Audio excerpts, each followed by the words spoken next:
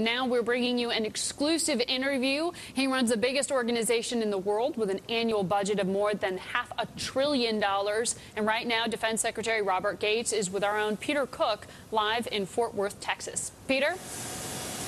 Margaret, thanks very much. Here in Fort Worth, Texas, at the Lockheed Martin plant that makes the Joint Strike Fighter, the F-35, the most expensive Pentagon weapons program.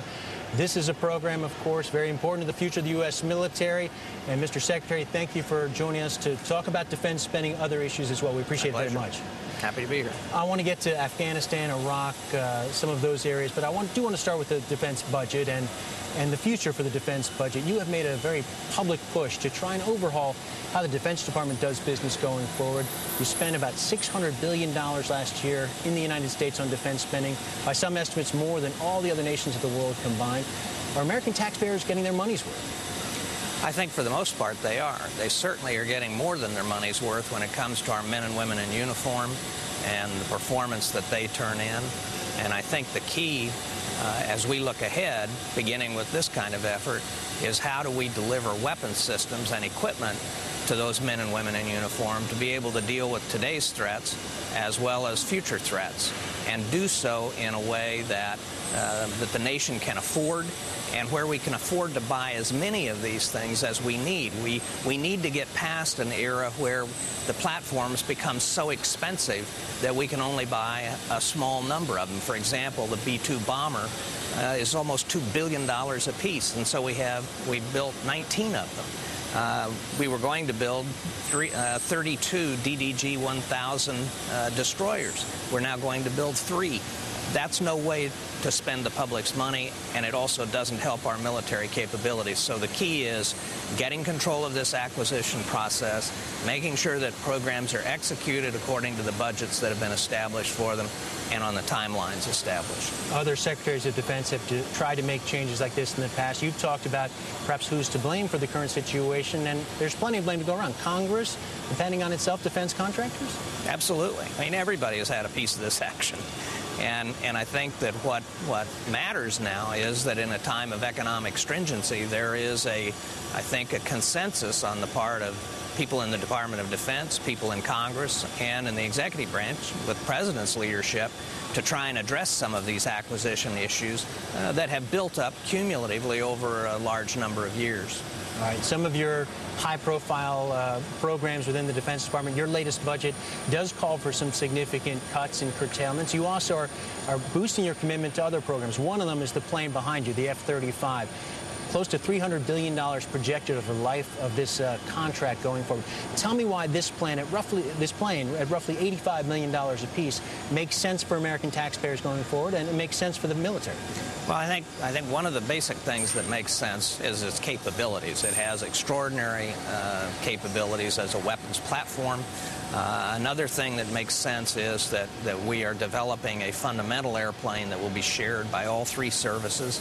There will obviously be variants, but significant elements of the aircraft, the different variants will have a lot in common. This will help keep the costs down. The cost per airplane once under production is less than half of that of an F-22. So I think we have created a system here. I think Lockheed Martin and all of their industry partners and the Defense Department have created a very viable aircraft here, and our stress on Lockheed Martin, and one of the things that I've talked with their leadership about today, is the importance of staying on schedule, having that initial training squadron at Eglin in 2011, having the Marine Corps get their first aircraft in 2012, and also just executing the program within the budget. And how confident are you at this moment in time that this program will be on budget and on time? Based on what I've been briefed on before I came here and here, I think a lot of the highest risk elements of the program are behind us at this point. I think that there's still management and execution issues that have to be dealt with. I think they are dealing with those, and I think it's fair to say that they are confident that they will meet the timetables that I just described. All right, let me talk about some of the other programs that perhaps weren't as successful in the Robert Gates defense budget that was sent up to Congress, set to be voted on again shortly in the Senate. The F-22, you mentioned that. Another Lockheed Martin plane. Why doesn't it make sense for the U.S. military to continue producing more F-22s, as some members of Congress have pushed for? Well, I think basically for the last two administrations, beginning in 2005, the judgment of two different presidents, two different secretaries of defense, two different chairmen of the Joint Chiefs of Staff has been that 183 F-22s are enough for the missions that the F-22 is being given or is likely to encounter in the future. The question is, how many is enough? And that's the judgment that has been made. F-22 is a great airplane. Pilots love it. They think it has tremendous capabilities. It does have tremendous capabilities. The question is, though, in a time of finite defense resources, how many do you need, and is that money better applied toward other programs? The judgment, first under President Bush, now under President Obama, is 183, now 187, thanks to the supplemental, is enough. And I think that Congress, I think, ultimately will agree. Well, I was going to say, have you won that fight already? It looks like both spending bills in the House and Senate will not have F-22 funding. Is this fight over? I never count my eggs before they hatch. We'll see. Right now, it's looking promising. All right, let me ask you about a couple other controversial programs that members of Congress keep pushing for, you're pushing against. An alternative engine for this plane. Does it make sense to build a second engine for this plane? You say no. Well, we've done the business case. We've looked at it a number of times. It would be an additional cost of several $billion. It would start 3 to 4 years behind in terms of where we are with the F-135 engine. And there's no reason to believe that prototype engine or that new engine would not encounter the same kinds of challenges and issues that other developmental engines on this aircraft as well as others have encountered in the past. So at this point, based on the business case, we don't think it's necessary. Will the president veto a spending bill that comes to his desk that includes a second engine? Well, the Congress has been told that the president's advisors will take a very dim view of a second engine. What about more funding for that presidential helicopter fleet that's gotten so much attention? Very much against that. Veto? Yes. Even to finish the first 5 helicopters would mean that you would require, first of all, another $2 billion for an aircraft this president and no future president will ever ride in. It would be about $1 billion a helicopter. It has less range than the helicopters the president flies today. We are already on track in terms of beginning to work with the White House, the Navy, acquisition folks, to begin talking about how do we restart this program and build a helicopter that the nation can afford and that will protect the president and give him the communications he needs. But the VH-71 is the poster child for an acquisition program gone seriously wrong, and there's no reason to throw good money after bad. Let me get you to give me your perspective on defense spending beyond this next fiscal year. You've made some tough choices here, but the reality is this is still a bigger defense budget than the year before.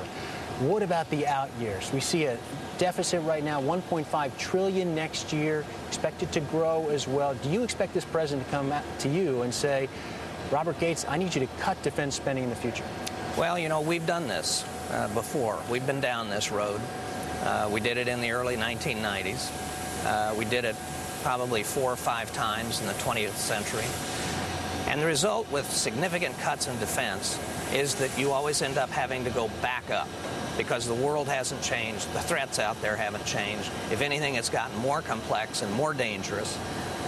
And so my view is what we need is a steady defense budget that we can plan for and that provides modest, real growth each year that allows us to sustain the programs that we have. It's the stability that we need, and I don't think that the rates of growth need to be significant or very high, but they need to be predictable and they need to be sustained. And I think that's the key, and that's the argument that I will be making to the President and to the Congress going forward, is that to sustain the programs that we have, the Defense Department needs real growth, but I believe it can be modest, but it needs to be sustained over the long term. Let me switch to Afghanistan if I could. News today, General McChrystal, top U.S. NATO commander in Afghanistan, that he has submitted his latest assessment of the situation, both to his higher-ups, General Petraeus. Ultimately, it's going to land on your desk. Have you seen it yet? I saw an early draft weeks ago. My impression is it's changed quite a bit. I asked a number of questions when I met with General McChrystal in Belgium, some additional issues that I asked him to look at. So I have not seen the finished assessment. I'm here in Fort Worth today. But I expect to in the next day or two. There are reports out there that General McChrystal, even though it's not in this report, that he's going to come back to you and to the president ultimately and say we need more troops beyond the 68,000 that will be in place as of December. How are you going to consider that request if indeed it comes? Well, I think first we all need to look at the assessment, see how he thinks things are going, what things are needed, and then we'll turn our attention to whatever resource requests or requirements he's put forward. You've been skeptical about the notion of committing more U.S. troops. One of the questions that I asked him to address in the assessment when I was in Belgium with him was the implications of significant additional forces in terms of the foreign footprint in Afghanistan, whether the Afghans will see this as us becoming more of an occupier or their partner, and how do you differentiate those, and how do you make sure you don't lose their confidence in us as their partner, and also what are the implications with respect to Americanization of the war. I'm confident he's going to address both of those in the assessment, and we'll take a look at it. Are we winning in Afghanistan? I think it's a mixed picture in Afghanistan. I think that there aren't too many people with too rosy a view of what's going on in Afghanistan. I think that there are a lot of challenges, but I think some of the gloom and doom perhaps is somewhat overdrawn as well. We have a significant Afghan army that's being grown. It's about 95,000. We're going to grow it to 134,000 and maybe larger than that, depending on General McChrystal's recommendations. Our allies have 37,000 troops in Afghanistan now, in addition to the troops that we have. I think we've got our strategy is moving into the right place. The Afghans have had an election, however difficult that was in conditions of war. So I think that there are some positive developments, but there's no question our casualties are up, and there's no question we have a very tough fight in front of us, a lot of challenges. How much longer are you going to be in this job, sir? That would be a mystery. That would be a mystery. We'll end on that note. Mr. Secretary, thank you very much for joining us here in Bloomberg. We appreciate it. Thanks a lot. Margaret, we'll send it back to you in New York. Thank you so much, Peter Cook, for bringing us that exclusive interview with Secretary Gates.